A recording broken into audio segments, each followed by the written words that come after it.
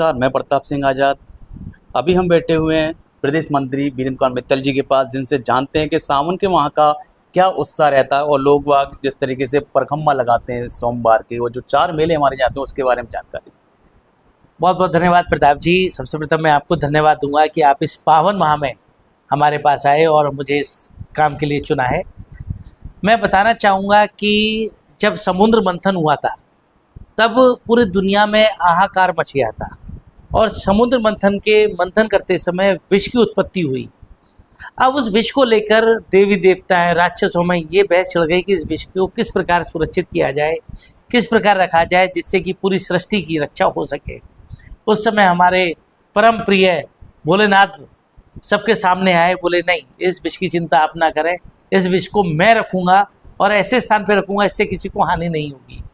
और उन्होंने वो विष कंठस्थ कर लिया, स्वयं ही पी लिया। देखिए ये भोलेनाथ की सृष्टि बचाने की कितनी बड़ी महानता है जो हमारी संस्कृति में, हमारी उसमें वेदों में, उपनिषदों में, हमारे इतिहास में मिलती है कि स्वयं भगवान ने अपना समर्पण विष की प्राप्ति करने के लिए कर लिया।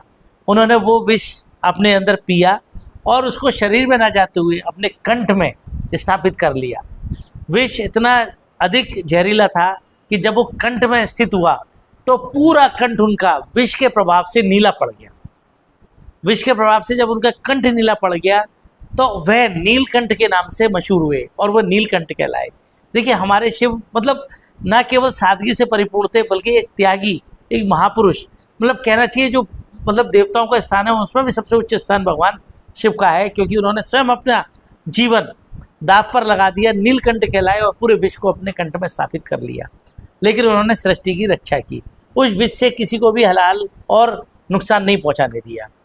साथ ही जब हम परिक्रमार्थियों को ये पता चला है कि हमारे भगवान शिव पूरे आगरा के चारों कोने पे विराजमान है, भगवान शिव की वजह से ही आज आगरा की रक्षा हो रही है, जिसकी वजह से मैं देख रहा हूँ बड़े बड़े नगर, बड़े बड़े शहर डूब रहे हैं, बह रहे हैं, नुकसान पहुँच रहा है, कहीं पे अर्थक्वेक आ रहा है, कहीं पे बाढ़ आ रही है। लेकिन आगरा शहर एक ऐसा शहर है जिसमें भगवान भोलेनाथ ने चारों कोने अपने अंडर में रखे हैं और उनकी रक्षा के लिए आगे बढ़े हैं। तो परिक्रमार्थी सब जगह घूमते हैं और भगवान शिव का धन्यवाद देते हैं, परिक्रमा लगाते हैं कि हे प्रभु आपके ही यहाँ विराजमान होने से इस शहर की रक्षा हो पा रही है। तो 40 से 44 किलोमीटर तक की परिक्रमार्थी लगाते हैं, भगवान भोलेनाथ का आभार प्रकट करते हैं, अपने पापों के लिए क्षमा मांगते हैं और आने वाले धर्म के लिए, न्याय के लिए उनसे प्रार्थना करते हैं। प्रार्थना करूँगा कि हे प्रभु न केवल आगरा शहर की बल्कि विश्व की सभी जनता को अपना आशीर्वाद बनाए रखें और धर्म की नगरी का नाम और प्रचार प्रसार सब जगह हो। आपने बताया कि आगरा में 4 महादेव मंदिर हैं, तो बल्केश्वर का कल का एक कार्यक्रम है जिसमें उनकी क्या विशेषता है?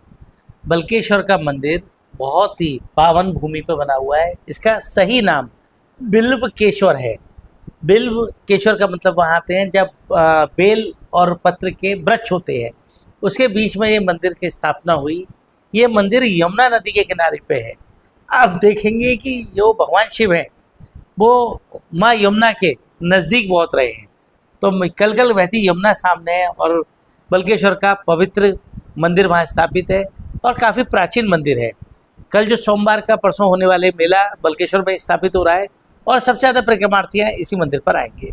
इसी तरीके से कैलाश मंदिर है, वहाँ पर 2 पिंड है, उसकी क्या विशेषता है? कैलाश मंदिर हमारा प्राचीनतम मंदिर में है और इसमें जो महर्षि परशुराम थे और उनके पिता जगतवनी, उनकी कठोर तपस्या से प्रसन्न होकर स्वयं भगवान शंकर ने उन्हें 2 शिवलिंग प्रदान किए थे। इसी वजह से आज कैलाश मंदिर में 2 शिवलिंग स्थापित है और साथ ही माँ यमुना कैलाश मंदिर के बराबर से बहती है। इसी आगरा शहर में हमारे शहर के बीचों बीच एक मंदिर है, मनकाशिमेश्वर मंदिर, जहाँ पर लोग हर सोमवार अपनी बड़ी श्रद्धा से जाते हैं, वहाँ की क्या विशेषता है?